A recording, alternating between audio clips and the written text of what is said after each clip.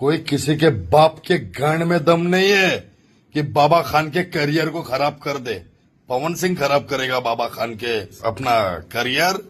औकात है उसकी? देखिए, कहा जाता है कि पंगा उसी से लेना चाहिए जिससे पंगा बर्दाश्त हो सके। अपने लेवल के आदमी से पंगा लो, अपने लेवल के आदमी से भिड़ो। पावर स्टार पवन सिंह किस लेवल के हैं शायद बाबा खान को पहले से पता नहीं था। नहीं तो पहले यूट्यूबर टिकटॉकरों को छेड़ करके यही समझते थे कि भाई मैं ही किंग हूँ और मैं किसी को भी छेड़ सकता हूँ, मुझे जवाब कोई नहीं देगा।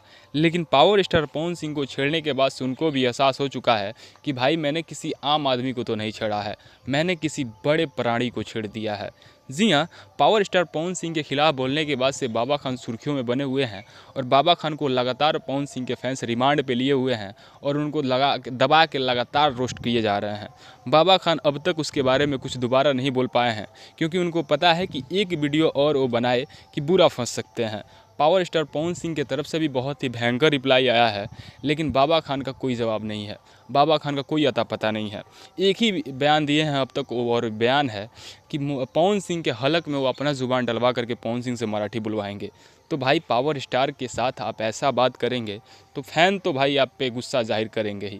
और तो और आप राज ठाकरे के सपोर्ट में हैं और पावर स्टार पवन सिंह राज ठाकरे के बयान के विरुद्ध में है, तो वैसे ही आप दोनों में कभी बन नहीं सकता। लेकिन पावर स्टार पवन सिंह के फैंस ने फिलहाल मोर्चा संभाला हुआ है।